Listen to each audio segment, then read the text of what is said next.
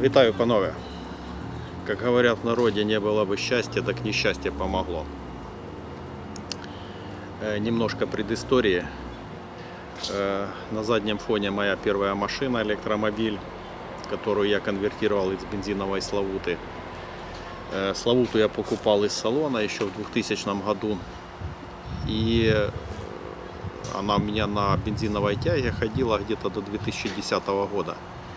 И буквально там в третий год от ее покупки, двигаясь по своему маршруту, я ворвался задним колесом в яму и оторвал крепление задней балки от кузова.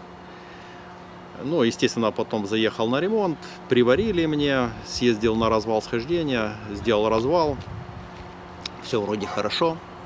Ну и машина практически всю свою жизнь в таком состоянии проездила. И в частности на электротяге. На электротяге она у меня показывала 125 ватт-часов на километр. Я считал, что эта цифра правильная. Ну, она перепроверена была 3 раза, то есть вот цифра гарантированная. И у меня никаких сомнений в ней не было до недавнего времени. В связи с конверсией Passat, это вы можете увидеть у меня на канале, я свою Славуту дал во временное пользование Андрею, который занимался конверсией Passat. Ну, продавать ее смысла нету, потому что много за нее не дадут. В то же время человеку это бы принесло удовольствие. Ну, с тем, что когда нужно, я ее забираю назад. Недавно с Passat случилась проблема, потерялась связь коробки передач с двигателем.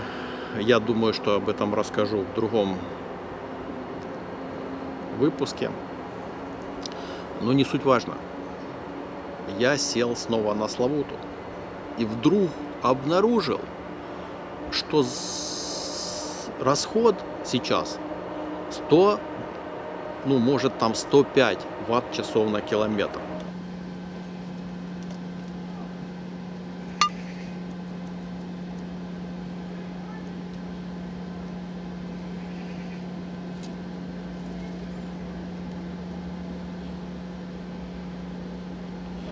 И причем это чувствуется, когда едешь за рулем. То есть, ну, я ж по этим дорогам, по своим, уже там 300 раз туда-сюда проехал. Я знаю, где накат идет, где он не идет. То есть это все чувствуется. Я обнаружил, что там, где раньше машина не катилась, она катится. Спрашиваю, что такое произошло с моей машиной у Андрея. Ну, оказалось, что снова оторвалась задняя балка. Ну, она буквально по кузову прогнила в том месте, где было сварено, а хоть оно там и было замазано, но коррозия пробралась через вот эти все замазки. И балка снова оторвалась, и Андрей ее пофиксил.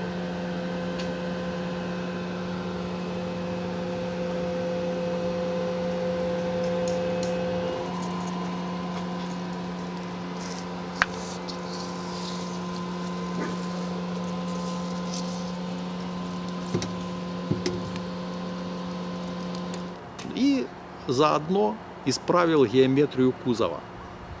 То есть вот я не ожидал, что геометрия кузова, то есть колесо, видать, одно, то есть вместо того, чтобы идти прямо, чуть-чуть шло под углом. И это не видели ни на развале схождения, нигде. То есть и я даже об этом, ну, как бы ни сном, ни духом. То есть сколько, то есть расход изменился на 20%. Это очень много. То есть сколько бензина лишнего было сожжено. Ужас. И, собственно, расход был. То есть я же проездил, сколько электроэнергии лишней сжег.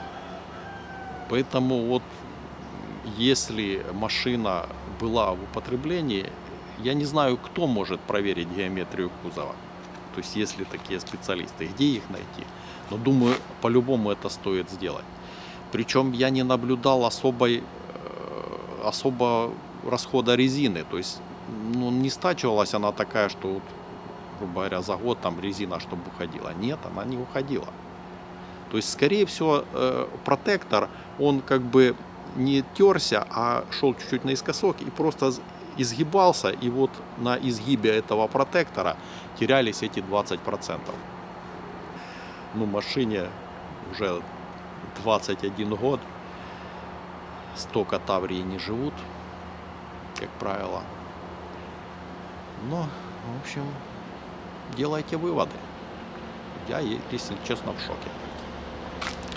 Все, давай.